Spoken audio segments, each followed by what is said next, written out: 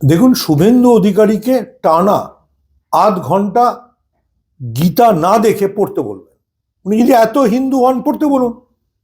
আর হুমায়ুন কবিরকে, মানে যাকে আসলে হনুমান কবিরই বলা উচিত, তাকে বলবেন বই না খুলে কোরআন বলতে।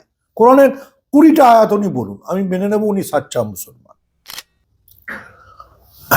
দেখুন, বাংলায় একটা সাম্প্রদায়িক দাঙ্গা বাঁধানোর চক্রান্ত চলছে। না হলে একটা হাফ প্যান্ট মন্ত্রী, একটা ফুল প্যান্ট উন্মাদ মানে শুভেন্দু অধিকারী, আর হনুমান কবির, আমি ওকে হুমায়ুন কবির বলতে রাজি না, হনুমানও না হলে এই ধরনের রোববার দিন একসঙ্গে একই চিত্রনাট্যতে তিনজন নামে না। দুজন চলে গেছে গীতা পাঠ করতে। আপনারা যদি কেউ গত 20 বছরে শুভেন্দু অধিকারী গত বছর ছাড়া কখনো গীতা পাঠ করেছেন বলে আমায় দেখাতে পারেন, তাহলে আমি বুঝবো যে উনি গীতা পাঠের কিছু জানেন। আর হুমায়ুন কবির, তিনি বিজেপির নির্দেশে এত লম্ফজম্প করছেন যে সল্টলেক আর পাকসার কাছে অফিস পর্যন্ত খুলে ফেললেন। কে ওনাকে এত পয়সা দিচ্ছে? উনি তো কোনোদিন সোনালী খাতুনের জন্য বর্ডারে গেছেন শোনা যায়নি।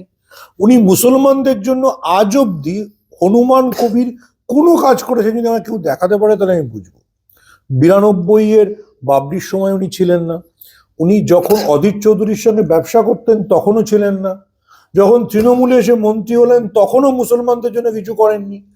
যখন উনি পরবর্তীকালে বিজেপির টিকিটে বিধানসভা লড়লেন তখনও দাঁড়াননি। তো এই হনুমান কবির আর শুভেন্দু অধিকারী, এরা দুজনের যে একই চিত্রনাট্য, এপাশে ও অভিনয় করছে ওপাশে অভিনয় করছে, সেটা বাংলার মানুষ বোঝে। এটা বাংলায় দাঙ্গা বাঁধানোর, সাম্প্রদায়িক অশান্তি তৈরির একটা চেষ্টা।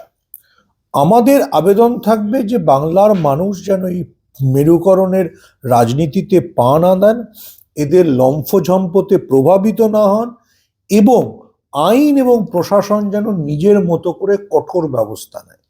এবং বিজেপি সবসময় নিত্য নতুন চেহারায় ফিরে আসে।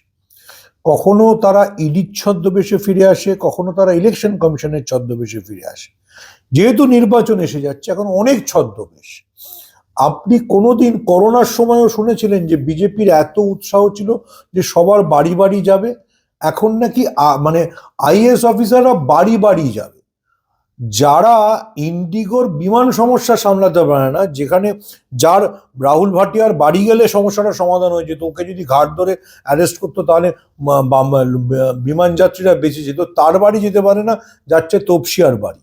ফলে বিজেপির বিভিন্ন ছক বা উদ্দেশ্য দিয়ে রাজ্যে ক্ষমতা দখল করতে চাইছে। আমরা আশা করব যে বাংলার মানুষ যেন সেই প্ররোচনায় পা না দেয়। দেখুন, শুভেন্দু অধিকারীকে টানা আধ ঘন্টা গীতা না দেখে পড়তে বলবেন। উনি যদি এত হিন্দু হন, পড়তে বলুন। আর হুমায়ুন কবিরকে, মানে যাকে আসলে হনুমান কবিরই বলা উচিত, তাকে বলবেন বই না খুলে কোরআন বলতে। কোরআনের 20টা আয়াত উনি বলুন, আমি মেনে নেব উনি সাচ্চা মুসলমান। আমি আবারও বলছি, এই দুটোই বাংলার হিন্দু এবং মুসলমানদের জন্য সবচেয়ে বড় শত্রু। এই যে গেরুয়া পোশাক পরে শুভেন্দু কিছু সাধুকে হাজির করেছিলেন না, 1940 সালে নেতাজি বলে গেছিলেন, এদের গুরু শ্যামাপ্রসাদ সম্পর্কে বলেছিলেন যে গেরুয়া দেখলেই উত্তম মধ্যম দেবে। তো আমি পেটাতে বলছি না, কিন্তু যারা ধর্মের নাম করে রাজনীতি করছে তাদেরকে একদম পত্রপাঠ বাংলা থেকে বিদায় করুন। নাহলে বাংলার যেটুকু সম্মান এরা নষ্ট করেছে অনেক ইতিমধ্যে, বাকিটুকু একদম বিসর্জন দিয়ে দেবে।